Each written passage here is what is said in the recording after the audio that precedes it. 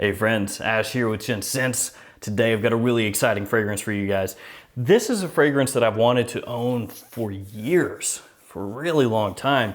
It's been discontinued, really hard to find. It has been going for about $250 on eBay, somewhere around there. And now, as of this video anyway, you can find it online for about 50 bucks. Now I know that's not super crazy cheap. When you compare that to $200, $250, $300, I'll take the 50. It's this fragrance right here, Ultrared from Paco Rabanne. And this one actually is a pretty good alternative to another fragrance that is now impossible to find unless you want to pay $300+, and that is Mugler's Ultra Zest. So stick with me here and we'll check out the presentation. I'll talk about the fragrance a little bit, how it smells, and let you know why you should pick this one up before the price skyrockets again. So let's jump into this.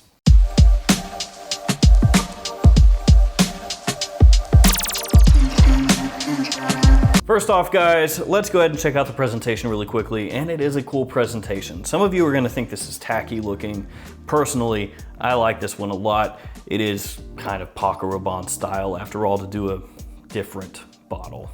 Let's start it off with the box. On the front, you've got the name of the fragrance, name of the house, size and concentration, all your standard stuff. Paco Rabanne logo at the top, nothing on the sides. You've got your ingredients on the back. And then on the bottom, you've got your batch code, which is 02061. Batch code for this one puts it as being a 2010 bottle. Unless Paco Rabanne randomly re-released this, didn't tell anybody about it, and didn't market it whatsoever, and decided to give it straight to discounters, in which case it's a 2020 bottle. It's a 2010. And here is the bottle itself. And this looks, of course, very similar to Ultraviolet. And Ultraviolet over here, you can still find pretty easily. You've been able to find this pretty easily. This one has never really been hard to find, but there you can see the similarities. I actually think the Ultrared bottle looks better because it has this little gradient, which Ultraviolet does not. Your badge code is etched into the glass right up here. And this one sprays like that, like a stapler, basically. And there's your atomizer. I'll go ahead and waste a couple sprays for you guys. That way you can see how this one functions. Grab a tester strip, and here we go. Well, look at that. Oh, what a strange position. Here we go. That worked out great. When I was getting this chair, I didn't really think about that. This one has a really simple note breakdown. In the top, you have one note, and that is blood orange. In the mid, you've got praline and tonka. And then in the base, you have patchouli and vanilla. Now, like I mentioned at the beginning of the video, this gets compared to Ultra Zest from Terry Mugler. That one was a limited edition release, had kind of a creamsicle feel to it. It was really popular actually within the fragrance community. And then it was discontinued and now commands a big markup on eBay. That fragrance and Ultrared do share a number of notes. They share the blood orange, they share the tonka, they share the patchouli, they share the vanilla. They do not share the praline, and Ultra Zest has coffee, whereas this one does not. It's got cinnamon, whereas this one does not. It's got ginger, whereas this one does not. So the two fragrances, Ultra Zest and Ultrared, well, they both have ultra in the name. So here's another thing they share. They do have similarities. They have that orange shared, they do have a sweetness shared, but they are also quite different. They're not the same fragrance, but this one will put you in that frame of mind, and it could scratch that Ultra Zest itch if you have it at a much lower price. Let me talk about how this one smells. When you first spray this one on, it is sweet, really sweet, but it smells great, really good. I was actually blown away by this one. Like I said before, I've wanted this for a really long time. Didn't really want to pay that really jacked up price. I was hoping I could eventually pick up a bottle for less, and now I have, but it actually exceeded my expectations. When I sprayed this one on, I was like, wait a second, that is really good. And so I ran over to my wife and I was like, hey. So I got this fragrance and smell it. Maybe it didn't happen exactly like that, but that's about 90% accurate. So anyway, she smells it and her eyes kind of light up and she's like, that's really, really good. What is that? And I was like, it's this. It's this discontinued fragrance that I've wanted forever. And then I got it in and it didn't let me down. Because most of the time, when I'm really hyped about getting a fragrance, it seems like it never really lives up to the expectation, but this one actually exceeded it. So yeah, you get this zesty, sweet blood orange right off the top, and it smells really, really nice, very appealing, and the praline comes in quick. So it's this sweet, almost slightly chocolatey vibe that you get from the praline. It melds together, kind of like melts and mixes together with that blood orange, and it smells so good. Now, if you don't like sweet fragrances, maybe it won't work for you, but for me, it was just love at first sniff. So you get this praline that mixes in right away. Tonka is kind of underneath that, helps give a little more depth. It does aid with the sweetness of the fragrance. It has a nice warmth to it also. As it dries down into the far dry down, you actually do pick up the patchouli quite a bit. I thought the patchouli was gonna be basically non-existent, but once you hit the far dry down, you can actually pick up this little bit of an earthy sort of tinge to the fragrance, and that's the patchouli. So this one does change quite a bit because you get that sweet, fresh, tart blood orange right away. Praline comes in, tonka underneath that, and you get this nice gourmand kind of sweetness. And once you hit the far dry down, the patchouli gives it an earthy edge. And the whole while, vanilla is working through there. So for this one, really, I was actually blown away.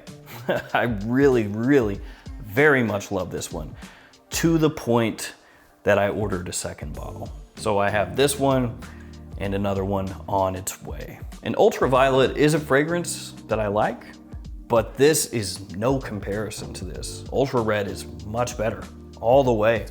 Between these two, even if they were the same price, I would take this every single day of the week over Ultraviolet. And if this fragrance right here were released as a 1 million flanker or something like that, people would love it. They would go wild for this stuff, just buying it up. In my opinion, it's overlooked, or was overlooked, because it's part of this Ultraviolet line, which didn't really take off. You had Ultraviolet and you had a whole bunch of summer flankers of Ultraviolet. Some of those were better than others, but it never really caught on for whatever reason. Maybe it was the bottle, maybe it was the fragrance, whatever. But when this one came out, it was overlooked, discontinued, and pretty much forgotten, other than fragrance people who knew about it. So as of this video, it's available for 50 bucks online. You can find it at discounters. You can find it on eBay. And actually, if you do go to eBay, you will still see a lot of the old listings that were up before this stock became available.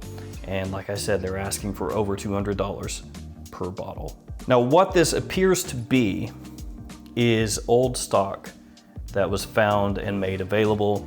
Discounters purchased them up and now they're selling them. That's what it looks like happened. And this does occasionally happen. It's not really common, but it has happened in the past. For example, Candies by Liz Claiborne has shown up at Fragrance Buy, I think a couple years ago, and it was going for next to nothing. And that is an expensive discontinued fragrance. Midnight in Paris, same thing. After it was discontinued for quite a while, it showed up briefly at discounters. And then once it sold out, that was it. And it's usually old stock that somebody has found somewhere in a warehouse, and then they're like, oh, let's move this on. The discounters purchase it up and they sell it, and it sells quick. Actually, maybe a year and a half ago, Canali for men, same thing happened. Whole bunch of them showed up at discounters, they sold out, and they're gone. Basically what I'm trying to say is, if you have wanted this fragrance, or this sounds good, I would suggest to pick it up. Because in the past, when this has happened, when discontinued fragrances show up at discounters, once they sell out, that's it. You're gonna be sitting there waiting another 2-3 years like, man, I wonder if they're gonna find some more of that Ultra Red. And they probably won't. They could, but probably won't. I've gotten kind of carried away going off on tangents and everything. I'll get back to the fragrance. As far as seasons, best in fall and winter. You could wear it in spring as well, as long as it's not super hot, because this is a really sweet sort of scent, again, with that praline, tonka, vanilla, giving it this little bit of a gourmand edge.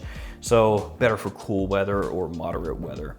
And daytime or nighttime, for me, either one. Maybe leans a little bit more toward nighttime, but either one.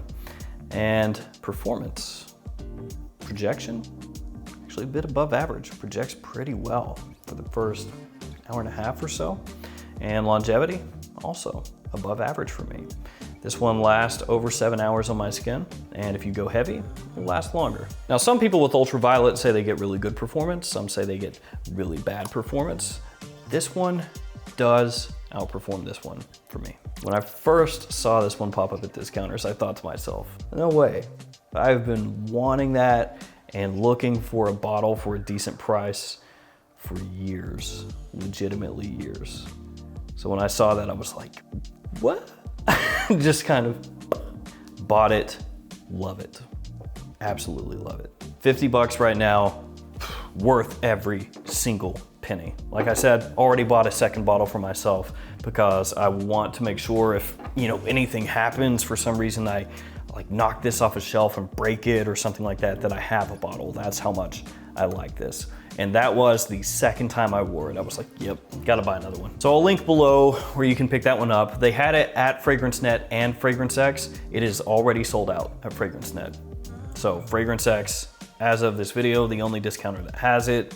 If you've been looking for it, pick it up. That's all I'm saying. All right, guys, that's gonna do it for me. If you have smelled Ultrared, let me know what you think about it in the comments below. I do think it's a pretty good alternative to Ultra Zest. Gonna get you a similar kind of vibe, similar kind of feeling, not the exact same. Again, you've got some notes in Ultra Zest that aren't here. You've got praline very prominently here that's not in Ultra Zest, but it's gonna get you a similar kind of feeling for sure.